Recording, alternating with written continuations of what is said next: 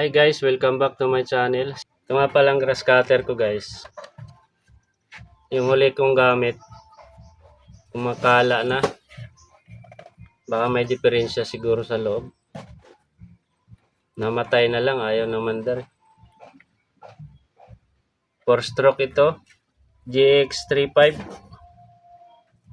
Honda. Titingnan natin guys sa loob. Yung loob niya baka may diferensya.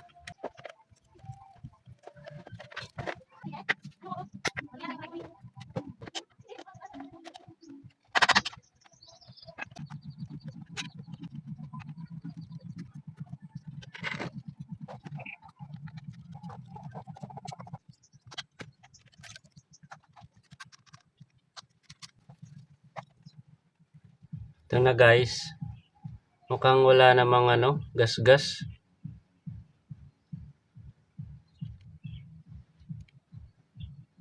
Dito wala naman. Ayan guys, nalinisan ko na ito. Madami kasi itong itim-itim. Yung agyo. Tapos itong barbola, lilinisan ko din. Tukuran ko lang ng basahan. Madali lang ito tanggalin.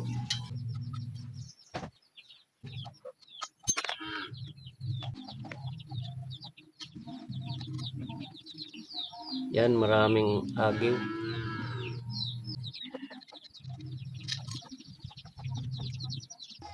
Ito guys, yung liha. Panlinis sa barbola, ganito lang.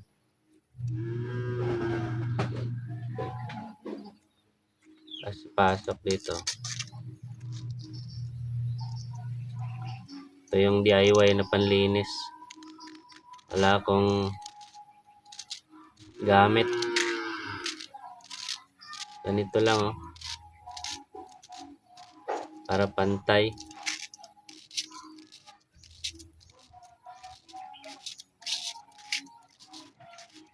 Yan. Ayan luminis. Lumitik. Yan. Ikot lang. Yan Yan guys. Balik ko na yung barbola. Ilagay ko ng basahan sa loob. Tapos mayroon akong sigunyal dito ng makina na putol. Lagyan ko ng basahan dito ko ilagay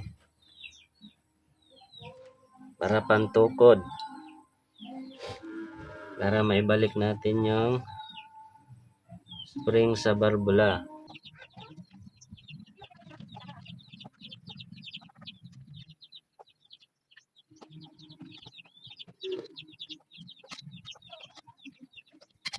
Yan guys, lagyan mo ng langis bago pasok.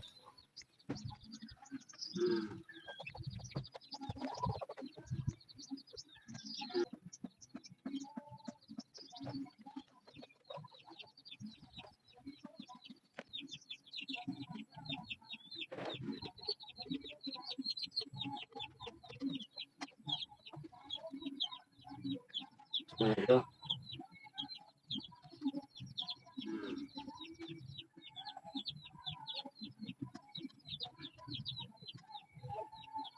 Yan. Naka top dead center na to.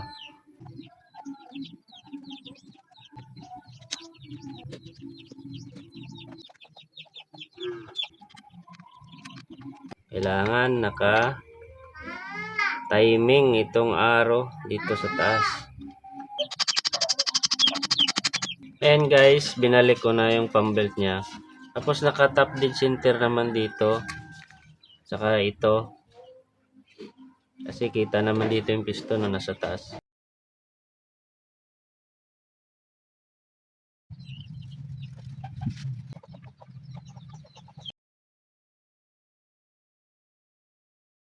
Ayan guys, nabuo ko na. Hindi ko na pinakita yung paglagay ng carburetor saka yung mga hose nya.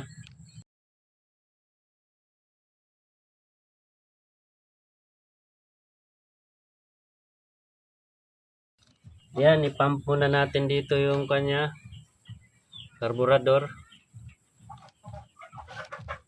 para umakyat yung gasolina. Hindi ko na muna kinabit dito.